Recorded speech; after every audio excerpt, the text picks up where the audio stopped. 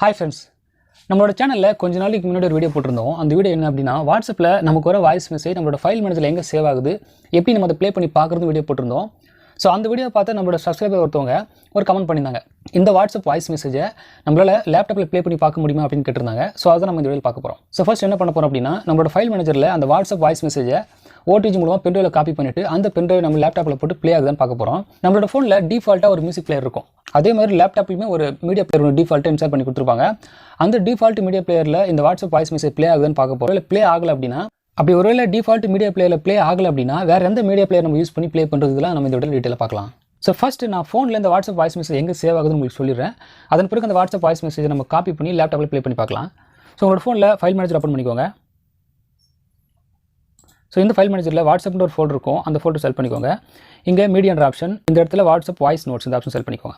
இங்கே நிறைய ஃபோல்டர் உங்களுக்கு ஷோ பண்ணணும். ஸோ ரீசெண்டாக அமிச்ச வாய்ஸ் மெசேஜ் உங்களுக்கு மேலே வரணும் அப்படின்னா இந்த ஃபோல்டர் நீங்கள் டேட் வைஸாக நீங்கள் ஸ்டார்ட் பண்ணிக்கோங்க. டேட் வைஸாக ஸ்டார்ட் பண்ணுறதுக்கு இந்த ஆப்ஷன் ப்ரெஸ் பண்ணுங்கள். இங்கே ஸ்டார்ட் பை அப்படின்னு இருக்கும். இங்கே மாடிஃபைட் டைம் அப்படின்னு கொடுத்துட்டீங்க அப்படின்னா இந்த ஃபோல்டர் உங்களுக்கு டேட் வைஸாக மாடிஃபை பண்ணி ஷோ பண்ணும். அதாவது ரீசெண்டாக அமிச்ச வாய்ஸ் மெசேஜ் உங்களுக்கு மேலே ஷோ பண்ணணும். நம்ம இந்த ஃபோல்டர் ப்ரெஸ் பண்ணி உங்களுக்கு தேவையான வாய்ஸ் மெசேஜ் நீங்கள் பார்த்துக்கலாம். இங்கே காமிக்கிறது எல்லாமே உங்களுக்கு வாட்ஸ்அப் வாய்ஸ் மெசேஜ் தான். இது நீங்கள் நார்மலாக ப்ரெஸ் பண்ணிங்க அப்படின்னா உங்களுக்கு ப்ளே ஆகாது. ஸோ ப்ளே பண்ணுறதுக்கு என்ன பண்ணணும் அப்படின்னா, இங்கே ஆடியோ அப்படின்ற ஆப்ஷன் இருக்கா, ப்ரெஸ் பண்ணிங்க அப்படின்னா உங்களுக்கு மீடியா பிளேயர் செலக்ட் பண்ண சொல்லும்.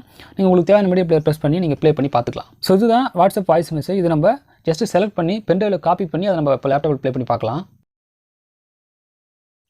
ஸோ இப்போ நம்ம பென்ட்ரைவ் கனெக்ட் பண்ணிட்டோம். ஸோ கனெக்ட் பண்ண பிறகு பென்ட்ரைவ் எப்படி ஓப்பன் பண்ணோம் அப்படின்னா, இந்த ஃபைல் மேனேஜரில் இந்த ரீசெண்ட் ஆப்ஷன் செலக்ட் பண்ணிக்கோங்க. இங்கே யூஎஸ்பி ஸ்டோரேஜ் கண்டென்ட் ஒரு ஆப்ஷன் உங்களுக்கு ஷோ பண்ணும். இதை ப்ரெஸ் பண்ணிக்கோங்க. ஸோ இதுக்குள்ளே இருக்கிறது எல்லாமே உங்களுக்கு பென்ட்ரைவ்க்குள்ளே இருக்க இந்த ஃபோல்டர்ஸ் இது எல்லாமே. ஸோ ஃபர்ஸ்ட் நம்ம என்ன பண்ண போகிறோம் அப்படின்னா, வாட்ஸ்அப் ஃபோல்டர் போய்ட்டு உங்களுக்கு தேவையான வாய்ஸ் மெசேஜை நம்ம காப்பி பண்ணிவிட்டு இந்த பென்ட்ரைவ்க்குள்ளே போய்ட்டு பேஸ்ட் பண்ணிக்கலாம். ஸோ வாட்ஸ்அப் ஃபோல்டர் போகிறேன். இந்த வாட்ஸ்அப் ஃபோல்டரில் மீடியா இந்த ஆப்ஷன், இங்கே வாட்ஸ்அப் வாய்ஸ் நோட்ஸ் இந்த ஆப்ஷனில் உங்களுக்கு தேவையான ஆடியோ நீங்கள் செலக்ட் பண்ணி காப்பி பண்ணிக்கோங்க. இல்லை மொத்தமாக பண்ணோம் அப்படின்னாலும் சரி, இந்த எல்லா ஃபோல்டருமே கூட நீங்கள் செலக்ட் ஆல் கொடுத்து காப்பி பண்ணிக்கலாம். ஸோ செலக்ட் பண்ணிவிட்டு கீழே மோர்ன்ற ஆப்ஷன், இங்கே காப்பி அப்படின்ற ஆப்ஷனை கொடுத்து இந்த ஃபைலை நீங்கள் காப்பி பண்ணிக்கோங்க. நீங்கள் ஃபோல்டராக பண்ணிக்கலாம். ஏதாச்சும் ஒரு பர்டிகுலர் வாய்ஸ் மெசேஜ் மட்டும் நீங்கள் காப்பி பண்ணணும் அப்படின்னா நீங்கள் ஜஸ்ட்டு ப்ரெஸ் பண்ணி இந்த ஆடியோ ஃபைலை ப்ரெஸ் பண்ணி ஃபஸ்ட்டு ப்ளே பண்ணி பார்த்துக்கோங்க. ஸோ ப்ளே பண்ணதுக்கப்புறம் இந்த ஆடியோ உங்களுக்கு தேவை அப்படின்றத நீங்கள் கன்ஃபார்ம் பண்ணிவிட்டு, ஸோ அதுக்கப்புறம் உங்களுக்கு தேவையான ஆடியோ நீங்கள் செலக்ட் பண்ணி காப்பி கொடுத்துக்கலாம். ஸோ காப்பி கொடுத்துட்டு, ஸோ காப்பி கொடுத்த உடனே நீங்கள் யூஎஸ்பி ஸ்டோரேஜ் ஒரு ஆப்ஷன் ஷோ பண்ணது பாருங்கள். அந்த யூஎஸ்பிக்குள்ளே போய்டுங்க. நீங்கள் அப்படியே வெளியிலே கூட பேஸ்ட் பண்ணிக்கலாம். இப்போ நான் 2 ஃபைல் செலக்ட் பண்ணி ஒரு ஃபோல்டர் கிரியேட் பண்ணி நான் உங்களுக்கு பேஸ்ட் பண்ணிடுறேன். இன்றைக்கி டேட்டில் நான் ஒரு ஃபோல்டர் கிரியேட் பண்ணுறேன். இன்றைக்கி டேட் பார்த்தீங்கன்னா 28ன்னு நினைக்கிறேன். சாரி 27.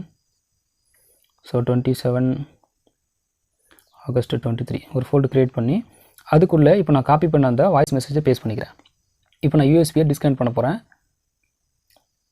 ஸோ யூஎஸ்பி டிஸ்கனெக்ட் பண்ணுறதுக்கு உங்களோட நோட்டிஃபிகேஷன் ட்ரையரை ஓப்பன் பண்ணுங்கள். இங்கே அந்த யூஎஸ்பி ட்ரைவ் உங்களுக்கு ஷோ பண்ணணும். ஜஸ்ட் இஜெக்ட் கொடுத்துட்டீங்க அப்படின்னா இந்த பென்ட்ரைவ் உங்களுக்கு ரிமூவ் ஆகிடும். இப்போ நம்ம பென்ட்ரைவ் எடுத்துக்கலாம்.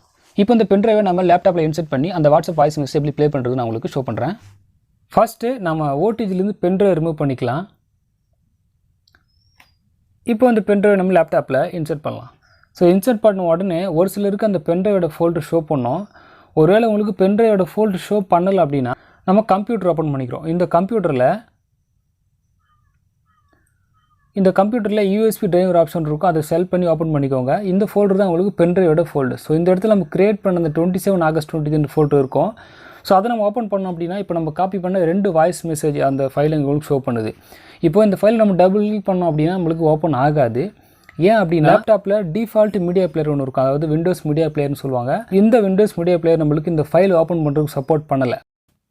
இப்போ என்ன பண்ணுறது அப்படின்னா, இதுக்கு ஆல்டர்னேட்டாக இன்னொரு மீடியா பிளேயர் இருக்குது. அந்த மீடியா பிளேயரோட பேர் பார்த்தீங்கன்னா VLC மீடியா பிளேயர். இந்த VLC மீடியா பிளேயரில் எல்லா ஃபார்மேட்டுமே சப்போர்ட் பண்ணோம்.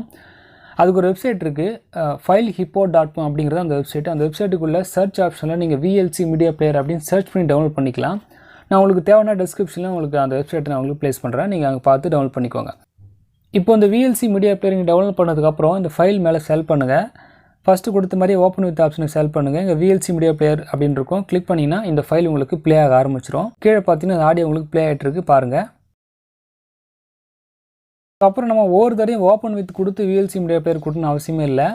இதில் சூஸ் டிஃபால்ட்டு பிளேயர்னு ஒரு ஆப்ஷன் இருக்கும். அதை டிக் கொடுத்துட்டீங்க அப்படின்னா நம்ம ஜஸ்ட் அந்த ஃபைலை டபுள் கிளிக் பண்ணோம்னா உங்களுக்கு ப்ளே ஆக ஆரம்பிச்சிடும். ஓப்பன் வித் ஆப்ஷன் கொடுக்கணும் அவசியம் இல்லை. ஸோ அதுக்கு என்ன பண்ணுங்கள், ஃபைலை செலக்ட் பண்ணுங்கள், ஓப்பன் வித் ஆப்ஷன் செலக்ட் பண்ணுங்கள். இங்கே கீழே சூஸ் அனதர் அப்ளிகேஷன் இருக்கும், அதை செலக்ட் பண்ணிக்கோங்க. இங்கே கீழே always use this app to open அப்படின்ற ஆப்ஷன் இருக்கும். டிக் கொடுத்துட்டு இந்த VLC media player option select பண்ணி ஓகே கொடுத்துருங்க. இப்போ இந்த ஃபைல் உங்களுக்கு அந்த மீடியா பிளேயரில் ஓப்பன் ஆகும். நம்ம ஜஸ்ட் டபுள் கிளிக் பண்ணோம் அப்படின்னாலே அந்த ஃபைல் உங்களுக்கு ஓப்பன் ஆகும். நீங்கள் ஓப்பன் எடுத்து கொடுக்கணும் அவசியமே இல்லை.